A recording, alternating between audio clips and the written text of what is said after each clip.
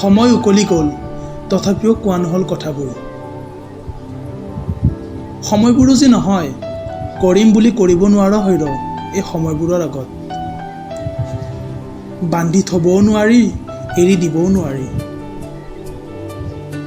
সময়ৰ খেলত হেনো এদিন নহয় এদিন সকলো পৰিবই লাগিব। এই যে কেতিয়াবা দিনটো কামৰ ব্যস্ততাত উকলি যোৱাৰ পিছতো ৰাতিটো যে পুৱাই নাহে। এই ৰাতিপুৱা ওলোৱা সূৰ্যমুখী ফুলজোপাও যেন আবেলিৰ বেলি ডুবাৰ লগে লগে সেমেকি পৰে। এনেদৰেই যেন আবেলিৰ ৰঙা বেলিৰ মুখলৈ চাই অবুজ ভাৱনাত বিভোৰ হৈ পৰে মোৰ মন।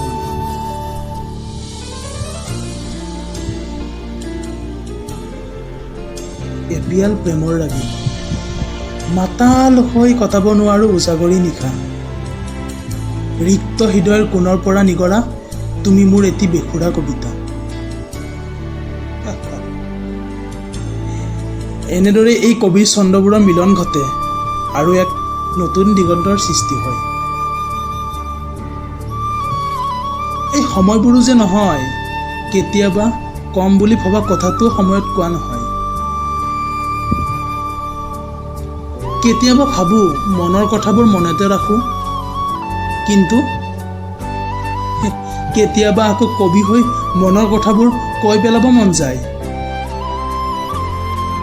কিন্তু কি কৰিবা, এই প্ৰেমৰ কবিতা লিখিলে সোধে নহয়, কাৰ প্ৰেমত পৰিছা এইবেলি? মই কওঁ আগৰ দৰে তোমাৰ প্ৰেমত।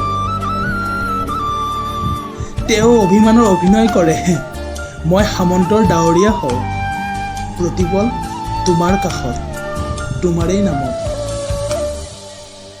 তোমাৰ বাবেই লিখোঁ প্ৰেমৰ কবিতা, জানো তুমি বুজিবা। তুমি মোৰ হৃদয়ৰ ঠিকনা, যাৰ আঁৰত যেন অকল সময়বোৰেহে পাখি মেলি উৰি গুচি যায় নিজান আকাশলৈ। আৰু এনেদৰেই সময়বোৰো উকলি যায়, তথাপিও কোৱা নহয়